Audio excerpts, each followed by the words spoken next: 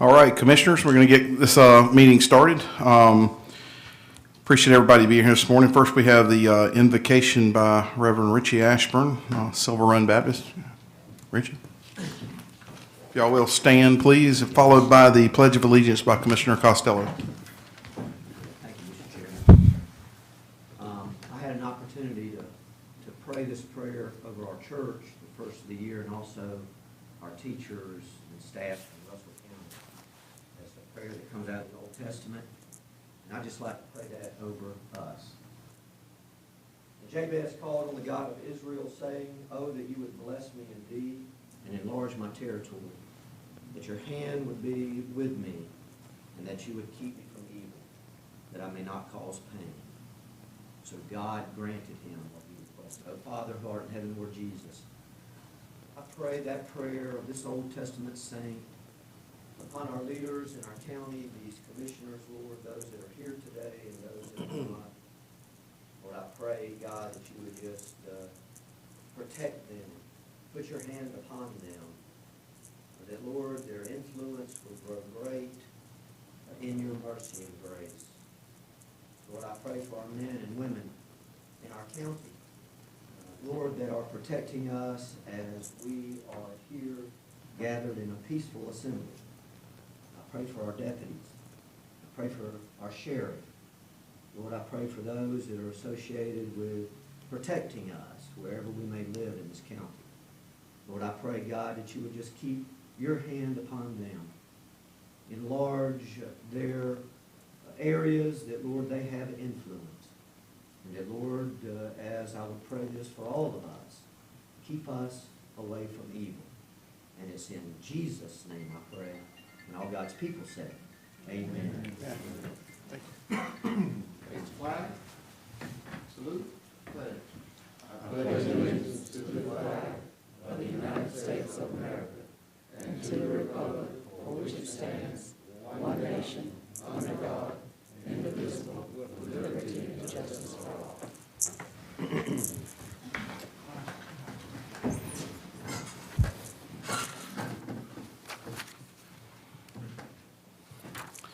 All right, next up we have public comments. I did not grab the list, Bob.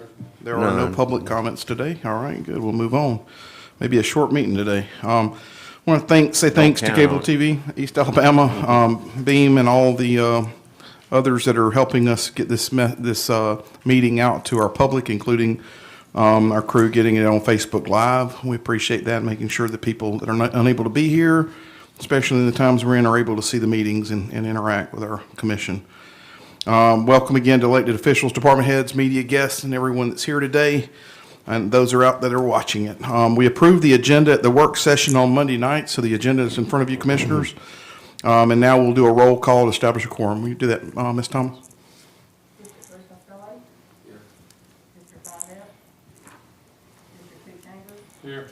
Mr. Hertzburg? Here. Mr. Quorum? Here. Mr. Lee? Present. Mr. Six? Here. Okay, we've established a quorum.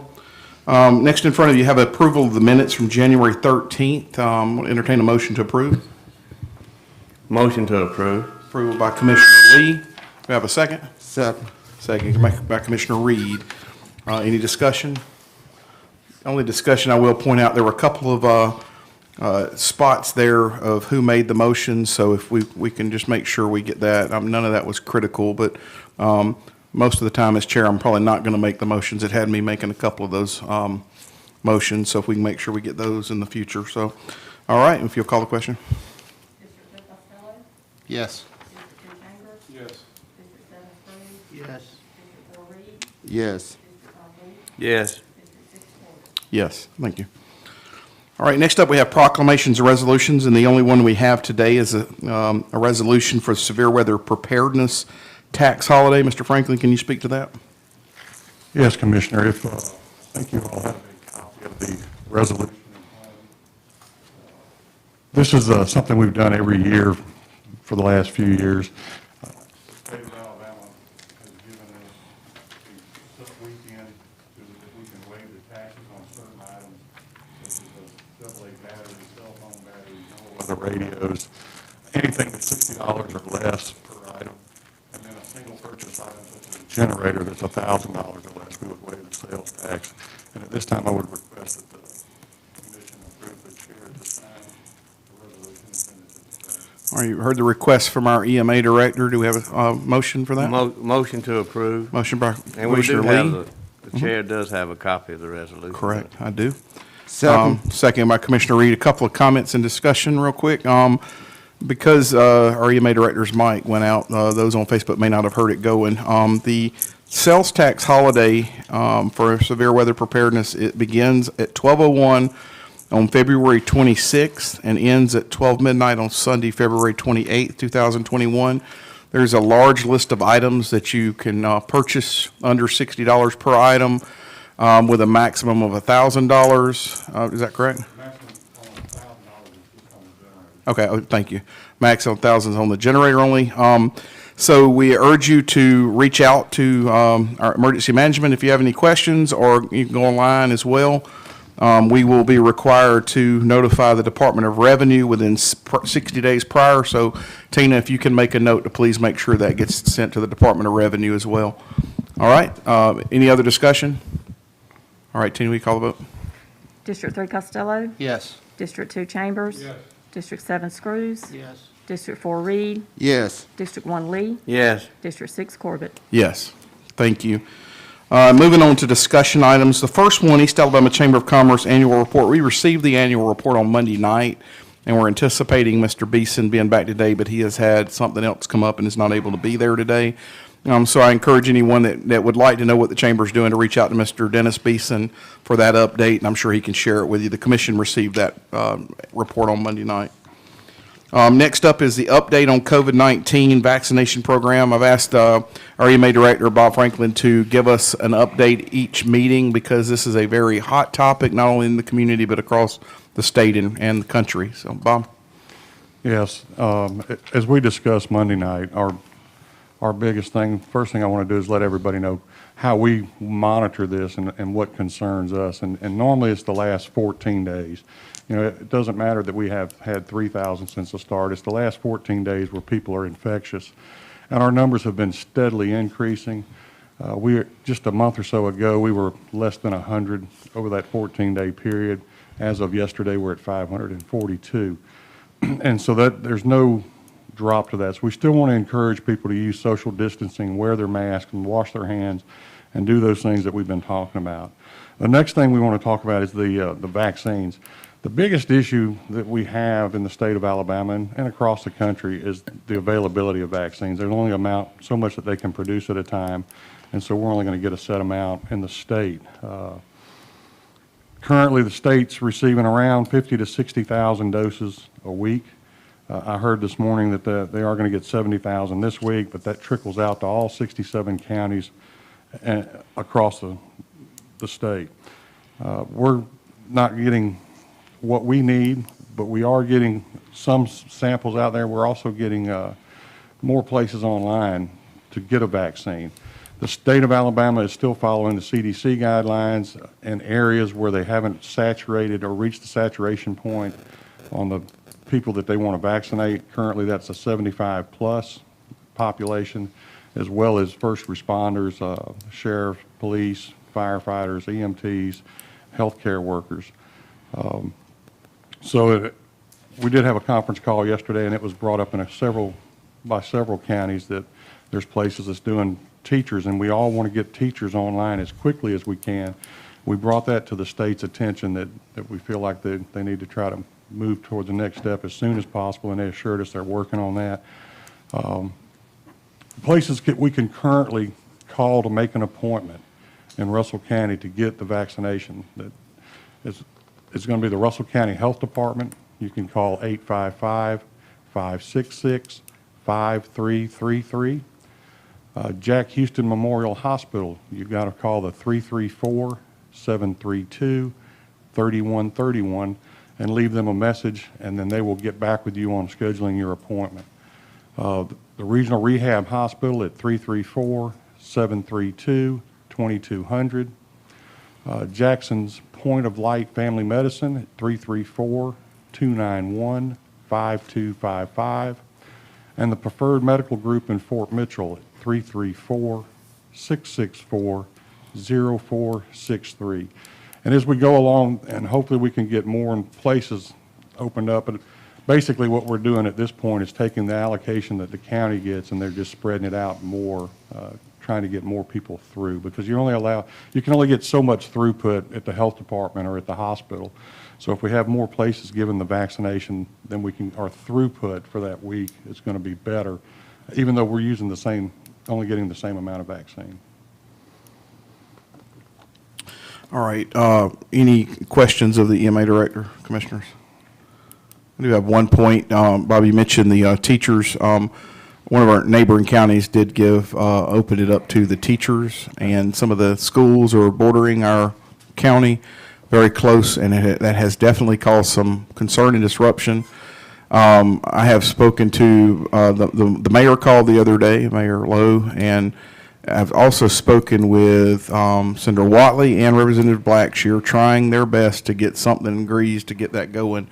The great thing about our school systems is they're able to hold a pod and do their own vaccinations once it's available. Right. But if you get any insight or a way to push that along, I have assured both superintendents that any help the commission could give or the legislature could give as well, we would do. It's a sad note that 1,000 doses would get all of them, including the bus drivers, and we just can't get our hands on it. So Yeah, and we've got neighboring counties, but I was speaking with the EMA director in Autauga County, and the Autauga County, they've got two school systems. One of them got the vaccination, and the other one was denied, and that's within the same county. So, it's tough. We're trying to work with public health and get these issues resolved, but sometimes that's not an easy. And if you'll talk to, make sure Johnny knows, of the group that knows is up here well, that as far as distribution and vaccination, that schools are ready to handle it themselves through the hospital. And that is we just need to make sure they understand that when they're ordering. Yeah, and that is a benefit. All right, thank you. Any other discussion on that? All right, great. We have no business items, which is very odd. So we're going to move on to the county engineer. Sean, we have annual bids, and you have the bid list in our packet. Good morning, Mr. Chair, Commissioners. It's time again for us to send out our annual bids for the Highway Department. I'm proposing we send out bids today, Wednesday, the 27th of 21. Open bids here on Thursday at the Commission Chambers, the 18th of February, 2021, at 2:30 p.m. Eastern Time, and award the bids on Wednesday, 2/24/21 at the Commission meeting, if approved. Our bids we're bidding out is bid number 00121, striping and marking, bid number 00221, liquid asphalt, bid number 00521, grassing, bid number 00621, corrugated pipe, steel and HDPE pipe, bid number 00721, aggregate, bid number 00821, concrete pipe, bid number 00921, truck hauling, bid number 01021, motor grader blades, bid number 01121, Maltine-based emulsified asphalt, bid number 01221, crushed concrete, and bid number 01421, fencing. All right, thank you. You've heard the recommendation by the engineer. Do we entertain a motion? Motion to approve. Motion to approve by Commissioner Lee. Do we have a second? Second. Second by Commissioner Chambers. Any discussion? Tina, we call a question? District 3 Costello. Yes. District 2 Chambers. Yes. District 7 Screws. Yes. District 4 Reed. Yes. District 1 Lee. Yes. District 6 Corbett. Yes. Thank you, Sean. You're up next with the security camera purchase for the Hertzburg Senior Center. Yes, sir. The next item was a budgeted item through the Parks and Rec budget. It was for a security camera system and a door lock system at the Senior Hertzburg Center.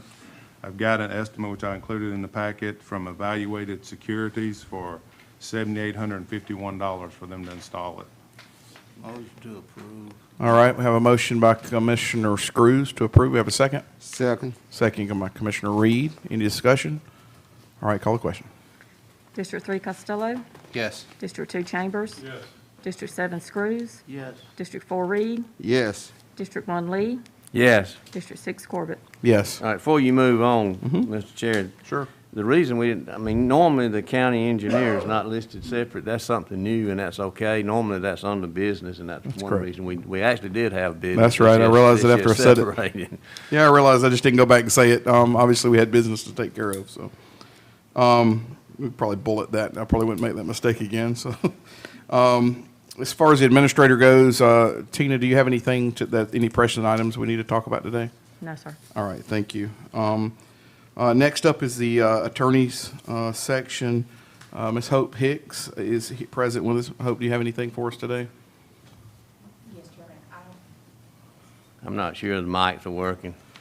I don't see any of them. I thought we had that fixed. I thought we passed that. Yeah.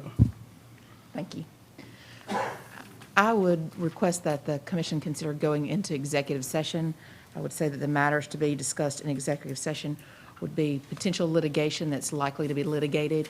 I would say that under Section 3625A7 of the Alabama Code, this is appropriate for executive session, and that the oral declaration that I'm making is appropriate. All right, you've heard the recommendation of the county attorney. You can entertain a motion to go into executive session. I so move. Moved by Commissioner Reed. Do we have a second? Second by Commissioner Chambers. Call for the question. District 3 Costello. Yes. District 2 Chambers. Yes. District 7 Screws. Yes. District 4 Reed. Yes. District 1 Lee. Yes. District 6 Corbett. Yes, thank you. Mr. Chairman? Yes. I would say that this would not take more than 30 minutes, and that you would then come back into regular meeting before adjourning. Thank you.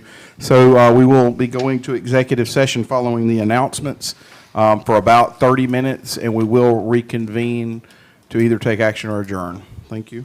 Announcements. First off, do we have any commissioner discussion that we need to make before we go into executive session? Any discussion? The only discussion I have for Bob and maybe the sheriff as well, I would like to see if we have it written down, a list of rules that we go by for entry into the courthouse, especially during the COVID times. I had a raving complaint from a citizen that her child was not allowed to come into the courthouse with her. This was prior to us shutting down for the last week. Said that her kid had to stay at the door with the deputy, and I don't think any of us want that happening. So if we can get a list, if we have that written down, that was probably before my time as chair, but if we have a list of what those rules are, who gets in, how they get in, or whatever, if we don't, we need to probably try to make one, because according to Mr. Adams at the door this morning, nothing's ever written down. So I don't know if that's true or not, but we need to get that list if we can. And if we need to approve that by the commission, I think that might be the right thing to do. We don't want department heads making their own rules for our courthouse, so. Mr. Chairman. Yes, sir, Mr. Reed. That had happened often. I have heard that also. As long as the kid are with their parents, I don't see no reason why You they can't should. leave them outside. I don't see no reason why the kids should go with their parents. So if we can get a list, Bob, if you can work together, I know you were helping with that in the beginning. Whatever you understand that the rules are right now, or what they are, if you can present those to us, you can get those to me. I'd like to talk about it in a commission meeting, because honestly, I hate telling a citizen I don't know, and I just didn't know. Well, you know, if you make a list, it's going to be something on the list that you don't think about. So when we first came up with this, we assumed that people would use common sense. And anybody who thinks that you can leave a child outside and the parent come in, that's not common sense. Correct. And that's actually what I shared with the parent, that we would use some common sense to make the rules. Place at the time was that, Yeah. you know, if you're going, if an individual was going in and it was a husband and wife, well, we don't leave them both in the tag office and to limit the thing, but there was never any discussion about leaving kids or. All right. Thank you. Just if you can get us a list. As far as the Roland store goes, Hertzburg Roland store, starting in February, the first Friday of the month, we'll be continuing. I think they have enough for the first one, and we encourage you to share that with your fellow neighbors and friends, especially if they live in the Hertzburg area. All right, we are going to executive session. We'll be back in about 30 minutes. I guess we can use the probate judge's office since nobody's in the courthouse.